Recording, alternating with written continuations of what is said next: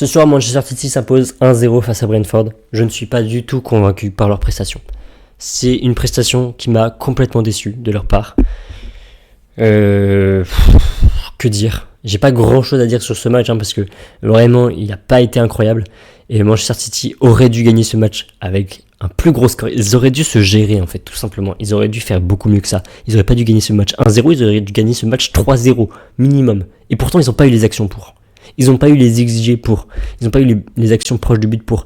Et pourtant ils ont eu le momentum pour. Là c'est la première mi-temps. Jusque là. Ils ont que des grosses actions. Il n'y a que eux qui ont les actions, qui ont la balle. 75% de possession en première mi-temps. 75. J'ai vérifié là, et c'est clairement impressionnant. Et pourtant, ils ne sont pas capables de mettre plus de 1 but. Je vous remonte la composition. Tu marques pas plus de 1 but avec cette composition. Tu marques pas plus de 1 but après avoir fait un match nul contre Monaco et que tu dois te rassurer. Là, le jeu, c'était complètement nul. Complètement nul.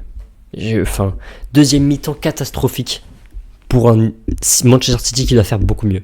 Là, on est juste avant la trêve internationale. Manchester City, ok, c'est les 3 points, ok, c'est bien. Mais dans le jeu, si tu veux viser le top 3 Première Ligue, il faut faire beaucoup mieux que ça. Beaucoup mieux que ça. Là, ils sont à 1 point du top 3. Juste avant la trêve. Mais si tu joues pas mieux, tu n'y arriveras pas. Tu ne monteras pas plus haut. Bon, moi c'est mon avis sur Manchester City avant la trêve. J'espère que ça ira mieux pour eux parce que vraiment ils ont de quoi faire. On va parler de ce match en priorité quand même. Avant ça les gars, n'hésitez pas à liker, à vous abonner et à commenter. Dites-moi ce que vous pensez de ce match. Dites-moi ce que vous avez pensé de ce match et dites-moi si vous et cette prestation vous a convaincu. Moi pas. J'ai peur pour eux, honnêtement. Je suis pas sûr qu'ils arriveront à refaire un Manchester City des 10 dernières années. Parce que pour rappel, les 10 dernières années, ils en gagnent 6 ou 7 des Premières Ligues. Il y a quoi ? Il y a Leicester qui gagne une, il y a Liverpool qui en gagne une, il y a Chelsea aussi qui en gagne une à un moment, je crois. Mais sinon, le reste, c'est eux qui raflent tout. Là, non. Là, ils ont pas le niveau de jeu pour. Là, c'est encore un Manchester City qui se cherche, il n'y a pas assez d'intensité. Bon, voilà. On va revenir sur cette rencontre. Avant ça, les gars, n'hésitez pas vraiment à liker, ça me soutient, ça me motive et j'en ai besoin, c'est le début de la chaîne. Donc likez, abonnez-vous et commentez. Et c'est parti, on commence. Manchester City s'impose 1-0 avec des statistiques guardioliennes, on va dire, 70% de possession. Alors, il n'y a que cette statistique qui est un peu Guardiola parce que les XG, c'est égalité. 83 contre 83. Sachant qu'en vrai, Brentford s'est procuré une très grosse occasion, sinon c'était un peu compliqué. Première mi-temps, on va pas trop tarder là-dessus parce qu'il n'y a pas grand-chose à dire. C'est vraiment un match à oublier, je pense, pour Manchester City. Malgré les 3 points, mais prestation compliquée. La première mi-temps, ils ont fait le taf. Ils ont fait le taf, honnêtement, faut le dire. Le but vient de Gvardiol qui lance en profondeur Haaland qui est pris par Van de Berg, qui est devant lui. Van de Berg est devant Haaland. Et pourtant, Haaland, il arrive à contourner Van de Berg. Je sais pas comment il fait. Le ballon passe. Van de Berg, il fait rien. Il essaye de défendre par l'arrière. Mais quand tu te fais contourner, quand tu te fais passer par Haaland, alors que Van de Berg, c'est pas le défenseur qui fait 1m60, quoi. Quand tu te fais contourner par Haaland alors que t'es défenseur, non, là, faut mieux gérer. Collins, il est un peu trop loin. Il hésite à intervenir. Je le vois hésiter, mais il aurait peut-être dû hésiter. Il aurait peut-être pas dû hésiter. Il aurait peut-être dû carrément aller sur le ballon. Parce que Haaland arrive à passer, tire, Keller est battu. Haaland en vrai c'est un monstre. Haaland, s'il touche pas de ballon, il marque plein de buts. Regardez là, c'est ses derniers matchs à Haaland. Tous les derniers matchs qu'il a joué, tous les derniers matchs de Haaland, il y a eu un but jusqu'à le 23 août. Depuis le 23 août, il a marqué un but à chaque match. Même en trêve internationale, il a marqué. Moldavie, Finlande, même si on les compte pas ceux-là, regardez. Un but, 2 buts, 1 but. Et il avait marqué 2 buts contre Wolverhampton en début de saison. C'est un monstre. Le gars, tu peux lui mettre, contre Monaco, regardez. Tu peux lui mettre 17 ballons touchés. Il touche que 17 ballons. C'est rien du tout, 17 ballons. Je sais pas si vous vous rendez compte, mais 17 ballons, c'est rien du tout. Il arrive quand même à marquer un doublé. Là c'était contre Burnley. 24 ballons touchés, doublé. Il avait aussi joué contre le Napoli aussi, hein. Il avait marqué un but, malgré le fait qu'il touche 24 ballons, 22 ballons, je sais plus, 14 ballons, il arrive à marquer et à être décisif. C'est impressionnant. Le gars, il a besoin que d'une occasion pour marquer le but. Là, en ce début de saison, Haaland, c'est un monstre. C'est vraiment un monstre. C'est le point positif de Manchester City en ce moment. Je pense que c'est vraiment le seul point que je trouve positif. Malheureusement, le point négatif, principal point négatif, c'est la blessure de Rodri. J'espère que ça ne sera pas trop compliqué pour lui.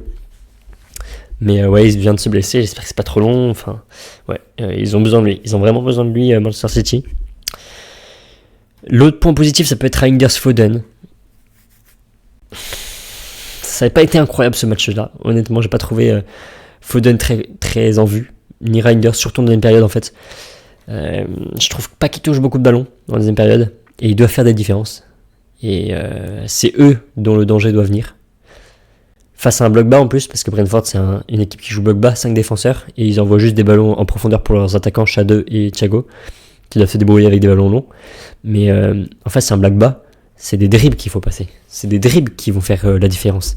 Notamment grâce à Savigno aussi, qui fait pas un très bon match. Bob aussi non plus ne fait pas un très bon match. En fait Bob et Savigno ils font quelques bonnes interventions, ils passent des dribbles, 2-3 bons dribbles, mais qui vont pas au but, et malheureusement ça gâche un peu le reste. Un peu leur rencontre, surtout quand on voit le niveau de la deuxième période. On a Donnarumma qui globalement fait le taf au cage, meilleur gardien de 2025, de la saison passée, 2024-2025, mais il y a encore des petits moments là où tu comprends pas trop. Ouais, il y a 2-3 moments où tu sais pas ce qu'a fait Donnarumma. Ouais, il faut qu'il se concentre jusqu'au bout du match, Donnarumma. C'est un gardien mais tellement fort, mais il faut qu'il se concentre. Il a peut-être des problèmes de concentration tout simplement, mais ouais, je sais pas. Donnarumma, c'est un match sur deux. Il peut être super fort. Bon, alors la saison passée, mais clairement, il a sauvé le PSG en Ligue des Champions. Il n'y a rien à dire. C'est clairement le meilleur gardien de l'année. Mais waouh, ouais, c'est pas tout le temps aussi facile. Même là aujourd'hui, il fait pas un mauvais match, hein, vraiment. Mais il y a 2-3 interventions qui sont limites, hein, du pied notamment. Enfin, ouais, je sais pas. Ouais. Donc globalement, première mi-temps. C'est Manchester City qui a la balle et qui a 75% de possession en première mi-temps. Ils finissent avec 70 à la fin. Première mi-temps, c'est eux qui ont toutes les occasions. Le momentum, il est que pour eux. Il y a un seul tir de Brentford, mais il est même pas cadré. C'est largement eux qui dominent. Et pourtant, ils sont pas capables d'avoir plus de 0,80 XG. Ils doivent avoir beaucoup plus que ça. Manchester City doit dans le jeu montrer plus que ça. Si tu vises le top 3 de Premier League, là ils sont 5e. Si tu vises le top 3 de Premier League, tu dois montrer beaucoup plus d'intensité que ça. Tu dois montrer beaucoup plus d'énergie que ça. Tu dois faire les différences. Là c'est pas le cas. Là c'est pas le cas. C'est pas une équipe qui vise le top 3 de Premier League. Je suis désolé de le dire, hein, mais là les 10 dernières saisons, City ils ont dû gagner 7 Premier League je pense. Il y a quoi? Il y a Chelsea qui en gagne une, il y a Leicester qui en gagne une, il y a Liverpool qui en gagne une. Je pense que le reste c'est eux qui gagnent. Ils gagnent 7 Première Ligue. Et aujourd'hui, on arrive à un City qui, la saison passée, n'a pas gagné, mais qui ne prend pas sa revanche cette année. Ouais. Non, ça reste super fort. Ils gagnent les 3 points, c'est le plus important. Le foot, il y a des matchs, tu peux pas les retenir. Et ce match-là, ce sera pas une référence pour City. Ils doivent se gérer dans une période. Un match ne se fait pas que sur une période. Un combat de boxe, tu peux gagner le premier round. Si tu perds le 2 et le 3, c'est fini. T'as perdu. Ok? Donc là, pareil, tu peux gagner la première mi-temps, tu peux gagner 1-0, tu peux mener 1-0. Si ta deuxième mi-temps est pourrie, eh ben, ça va être compliqué pour le reste. Tu peux perdre grâce à la deuxième mi-temps. Le deuxième mi-temps, c'est le moment décisif. C'est comme une saison. La première partie de la saison, c'est très bien. Et le moment décisif, c'est la deuxième partie de saison. Regardez, Paris l'année dernière, première partie de saison en Ligue des Champions, catastrophique. À partir de janvier, champion d'Europe. Et bah City doit faire la même chose dans leur match. C'est très bien, première mi-temps très bien, malgré le manque il y a un manque d'imagination. Il y a eu un manque d'imagination. Deuxième période, ça a été très compliqué. C'était au contraire, j'ai trouvé Brentford bien meilleur. Et d'ailleurs, un seul tir, c'était l'inverse, un seul tir pour Manchester City, même pas cadré. 0,03 XG. Ça a été compliqué, hein. Vraiment, ça a été compliqué pour pour City en deuxième période. Et le problème, c'est que c'est ça qui donne le score du match. C'est la deuxième période qui donne le score du match. Bon, et en plus, Donnarumma, je disais tout à l'heure, c'était un peu mitigé. Il a quand même fait un très bel arrêt sur Edgar Thiago. Un face-à-face, un ballon lancé dans la course d'Igor Thiago. Gvardiol dévie de la tête, mais il fait une erreur. Ça touche sa tête, ça continue en arrière, ça continue la trajectoire de la balle. Ça arrive dans la course de Thiago qui tire, mais touché bien défendu par Donnarumma. Je trouve que Thiago aurait pu faire mieux quand même. Tirer peut-être d'un peu plus loin, ne pas être aussi proche de Donnarumma, parce que vraiment il se retrouve un contre un, mais juste à côté, juste en face. Il y a quelques mètres qui les séparent. Il aurait dû tirer un peu plus tôt, je pense. Donc voilà. En plus 0,6 XG, hein, c'est vraiment un but sur un plateau là. C'est vraiment dommage. Dommage pour Brentford qui aurait pu s'en sortir mieux, je pense. Je pense que aussi que les rotations de Brentford ont arrangé City, parce que Shade sort à la 68e, c'est Ouattara qui rentre. Je pense que Ouattara, Shade, Thiago en attaque, ça aurait pu faire bien pire. Enlever un défenseur central, il y en a 5, vous perdez 1-0, faut tenter. C'est City, en deuxième période, vous dominez la deuxième période, faut tenter. Enlève un défenseur central, vous êtes 5, tu mets un attaquant, tu mets Ouattara, c'est très bien, Ouattara est très fort. Il donne beaucoup de vitesse, beaucoup de percussion, beaucoup de dribble, il fait des différences. Et là, tu vas chercher un but, tu vas chercher ton but. En face, c'était fébrile. La deuxième période, c'était très compliqué pour eux. Je sais pas, peut-être que c'est la blessure de Rodri, et pourtant, par la fin de deuxième minute, donc même la première période, ils auraient pu être moins bons. Mais ouais, je sais pas, c'est peut-être la blessure de Rodri en vrai. Mais ouais, ça change tout. Ça change tout. C'était pas un match à retenir, hein, vraiment pas pour City, qui doit faire mieux s'il vise une meilleure place en Première Ligue. Je vais quand même m'arrêter sur un gars, après je m'arrêterai là, mais il y a quand même un gars qui m'impressionne de match en match. Là, quand je regarde City, c'est Haaland. Haaland, c'est un fou. Haaland, c'est le cyborg qu'on retrouve. Haaland, sur ses derniers matchs, il a à chaque fois marqué. Ça fait depuis le 23 août qu'il a pas eu un match où il a pas marqué. À chaque fois, il marque. Alors, je compte la trêve internationale avec la Moldavie et la Finlande aussi, là, mais même sans ça, à chaque fois, il marque. Et il marque aussi un doublé. Premier match de Première Ligue. Première rencontre en Première Ligue, il marque un doublé contre Wolverhampton. C'est un fou. Et en plus, le pire, c'est qu'il n'a pas besoin de 30 ballons touchés dans un match pour marquer. Contre Monaco. Ça, c'est contre Monaco, les gars. Contre Monaco, il touche 17 ballons, il marque un doublé. Ça c'est le genre d'attaquant que tu as envie d'avoir dans ton équipe. Contre Brentford, pas contre Brentford, contre Burnley, il touche 24 ballons, doublé. Et contre, enfin, Napoli, il touche seulement que 14 ballons. Il marque un but. Il est décisif avec seulement 14 ballons. Je sais pas si vous vous rendez compte, hein. C'est rien du tout, 14 ballons. Parfois, c'est juste une déviation. Parfois, c'est rien du tout. Parfois, il touche la balle et directement l'adversaire reprend la balle. C'est rien. Quand t'es numéro 9, toucher 14 ballons et tu marques un doublé, enfin là, en l'occurrence, le 14 ballons, c'était un seul but.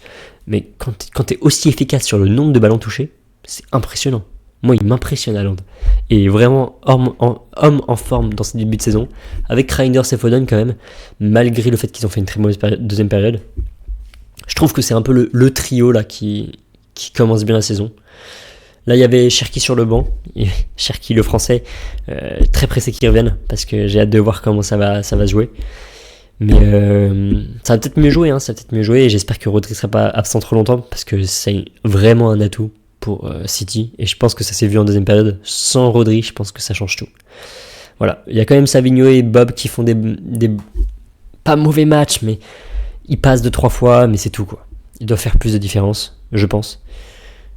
Malgré l'âge de Bob, hein, il est très jeune, il doit avoir 20 ans maintenant, mais ouais, il est très jeune, 22. Ah, wow, je pensais pas aussi âgé.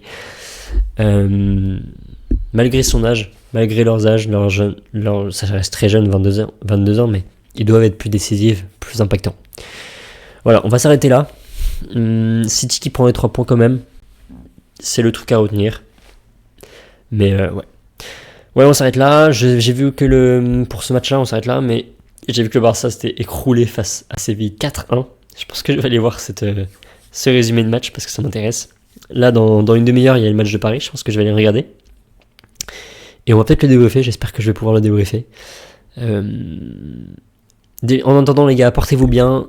J'espère que vous avez kiffé. N'hésitez pas à liker, à vous abonner et à commenter, ça me soutient. J'en ai vraiment besoin en ce moment pour la motivation. Et on se dit à très vite. Ciao.